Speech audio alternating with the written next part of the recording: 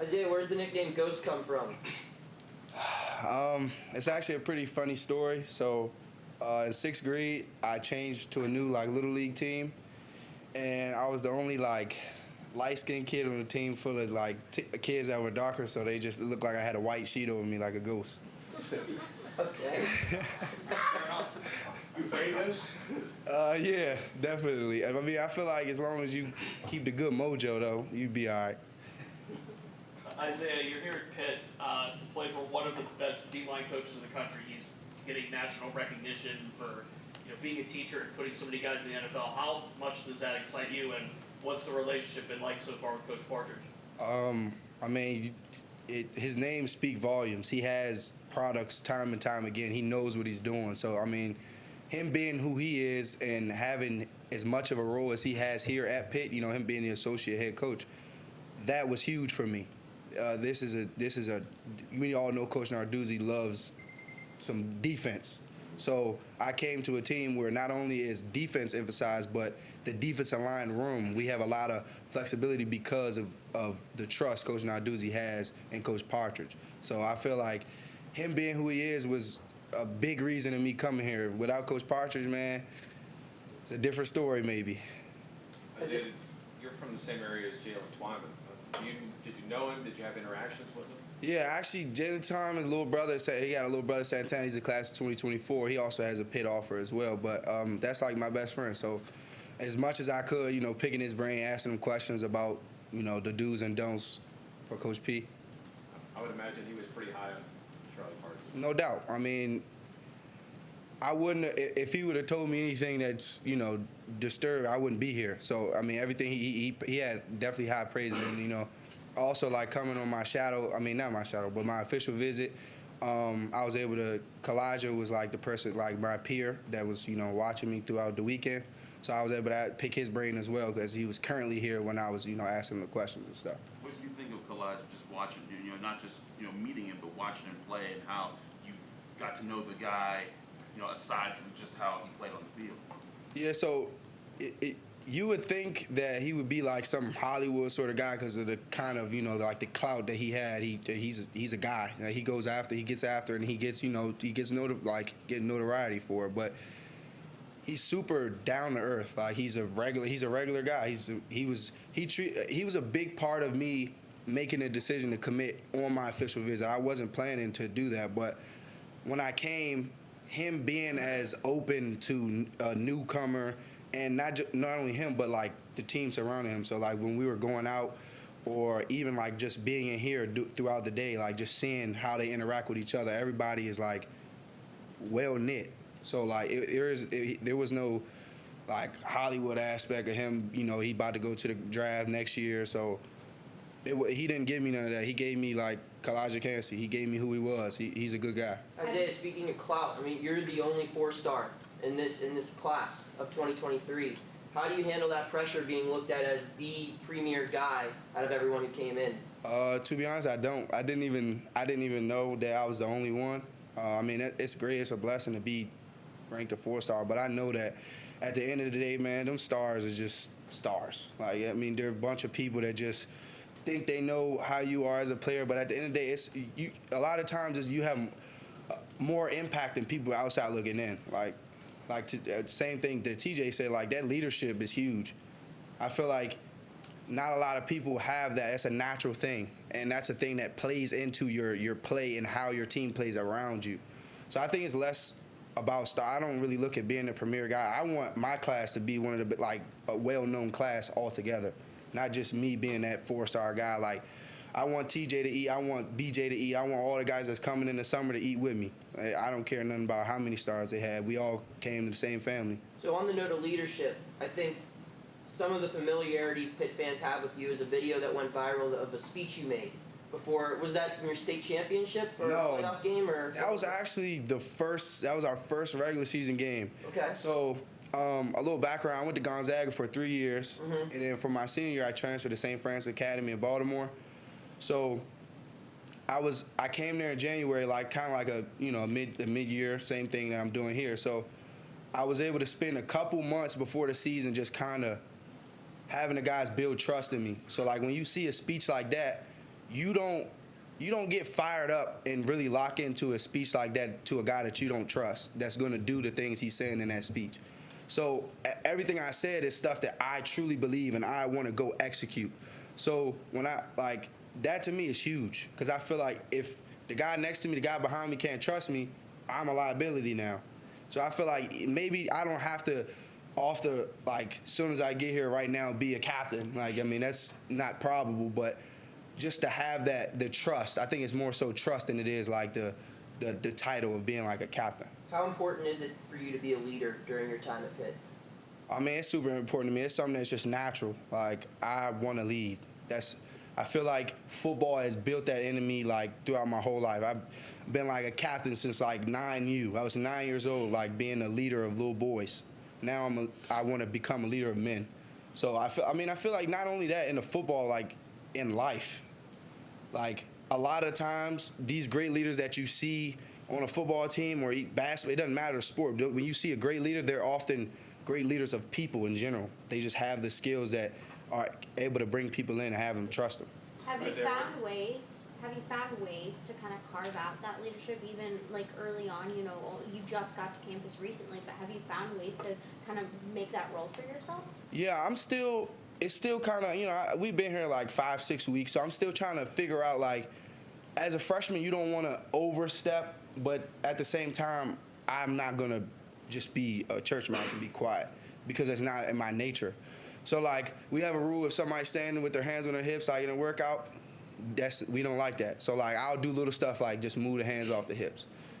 I'm trying to, piece by piece, get to the point where the people like around me, my teammates, can trust me, so that I can really be that leader. Right now, I'm still trying to, you know, get the little stuff together first so that I can really be a trustworthy guy in that position. Where does that leadership come from?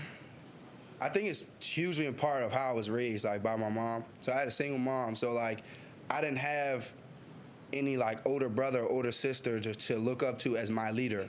So a lot of times when I'm going into stuff, I'm thinking I have to be the leader or nobody else will. That's kind of the mindset I have. And, I mean, it's big credit to my mom. She raised me to be, I like to think, pretty well-spoken, trustworthy, and a hard worker. So I feel like all that is credited to my mom. Pitt has a history of having a bunch of talented guys and sometimes taking some of the young guys time to work their way up. You see the offensive line, Elliot Donald was Aaron Donald's nephew. Yep. You know, he hasn't gotten a chance to get a whole bunch of playing time because of the talent in front of him. Yes, sir. Is that a challenge that you've seen for yourself where, like, if you're not the guy right away, that you're prepared to take on challenges to be the guy? Like, how do you approach that when you see that history that it's had recently? I mean, I feel like at the end of the day, I have 3 like 6-year guys in front of me. So I look at that as like it's more of an opportunity than it is a challenge for me, because I get to soak up everything they're saying. I get to soak up everything they're doing.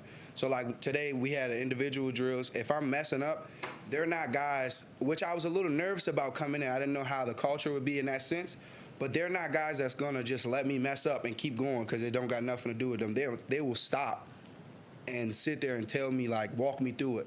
This is new. Like, a lot of the drills that we're doing out here, it's like stuff, like the little details matter. This and that, like, I've never had to really hone in and focus on the little details. So not to say I don't want to play as soon as I could, because of course, but I don't mind being patient. Being patient, I feel like, is a skill. I mean, like, if I'm able to be patient and soak up as much knowledge as I can until it's my time, by the time it's my time, I should be ready to go. I should have all that pinned up, ready to go, because I sat there and instead of being like, they're not playing me, they don't like me, it's more like, all right, let me see what they're doing good, what Coach P's telling them, all right, work on this, so that when it's my turn to come up, I already got it, because I heard, from 3 guys in front of me, 3 older guys. Isaiah, what do you want to do whenever football's done? Do you want to be in some sort of? You're very well spoken. Do you want to work in like communications or something like that? Have you thought about that at all? So I think I'm gonna be a sociology major. I think it's super important to like really understand like people and like why they are the way they are, because a lot of times you can't really tell. So I'd like to know stuff like deeper Of course, I want to go to the league. That's first goal. I'm trying to go to the league. But if I can, then something around there, maybe like a social worker or something like. But I do want to stay like in a sports field. So maybe like a social worker for some sort of college program, NFL program, maybe, hopefully, something like that. With that line of thinking, like a social worker within sports, is mental health a big aspect in your frame? Yeah, I mean, it's huge. A lot of times, so like I'm a super happy and smiley guy. So like when people see me, I'm always smiling, laughing, making jokes. But I'm not always okay. Like that's the thing, and that's the thing that most people do. They put on that front. So like mental health is huge. Mental health is huge in football. A lot of times it's not like we're made to be these super tough, big, bulky, running head-to-head guys. But it's like we're people. So like. I think that's why it's so important to me is because a lot of times people don't take that into consideration that we are people, like we have the same emotions, we go through the same stuff, and this is the first time in my life this is the first time in pretty much all of freshman life where we're not the guy anymore. We have to get adjusted. So that's, that does something to you mentally too. You gotta know that, all right, I'm doing this for a reason. So yeah, mental health is definitely super important. All that being said, are you working inside and outside, and is there room for you to get some playing time this year with all these other guys moving on? I mean, I don't know for sure, but I definitely come in to get my extra. Like, I know that I have some catching up to do, being that everybody that's here has been there for at least a year, so they know Coach P, they know the system a little bit more. So I come in the mornings to get my extra as much as I could. I feel like my playing time is going to be determined on how well I can, grasp, the playbook and technique, how Coach P wants me to do it, and also that weight room. Like, right now, today, I'm not ready to take on a power double from two guys from Tennessee. I'm just going to be real with you. So I feel like my opportunity comes in from how much work I want to put in. Pretty much we interact, attack oriented, right? I think I'll get in a bit of both, but like I was recruited to play defensive tackle. Isaiah, you mentioned how you got the nickname. When did you embrace it? And do your teammates just call you Ghost? Like, is that just the name you go by? Yeah, so I mean, I go by, it's like in a professional standing, like it's okay if you all want to call me Isaiah, but like pretty much my mom, unless she's mad, like she'll just be like, yeah, if she's talking about me, she'll say like my nickname and stuff. I think I embraced it really, like when I got to, I mean, really last year is when I feel like it was set in stone, because now I'm walking around the school building and I'm now a senior. So I'm more to the younger kids, they look up to me. And I feel like that was different. So like when I'm coming into my senior year, like, all right, I want everybody to know me as Ghost. Like this is my thing. Like this is my persona. And when I step on the field, I'm Ghost. You said your mom used your real name when you're in trouble. Yeah. You bust out your middle name on you? Oh yeah, she'll do the whole thing. It'll be the whole government. You talked about the tight-knit community being important back on your official visit. Why do you think it is that important, and how have you seen it kind of play since you've gotten on the campus? So for me, like I said, like growing up with only a single mom, trust is huge. It's not too many people I feel like outside of my mom that I just have trust for. It's hard to gain it. So when I came on my official visit and seen how much these people like actually outside of football, this was summertime, they're just going out hanging out with each other, like how much they actually bonded, and it was a trust factor. Like I trust that you're gonna do, like there's an understanding between each other. So I mean that's huge for me, and I think a lot of that is becoming like my roots. Like I need to feel like the people around me are truly like care, like want my best interests the same I want for them. I'm sorry, did I miss it? What is your middle name? It's Judah. How do Yeah. you spell it? Judah. I'm sorry, I don't never spell it, so it's a little hard. Speaking of bonding, is TJ really that nice and mad? Nah, yeah, TJ done got me a couple times. I'm not gonna lie.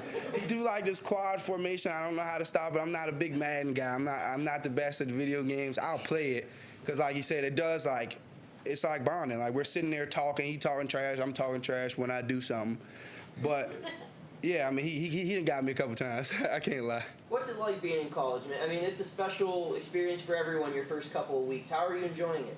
I'll definitely say like it's not like an easy transition, but it's it's not as hard as I thought it would be because of the amount of help we have. Like, so like we have here a couple academic advisors. So like if you have trouble and it's something small that you want to do here, you can go here.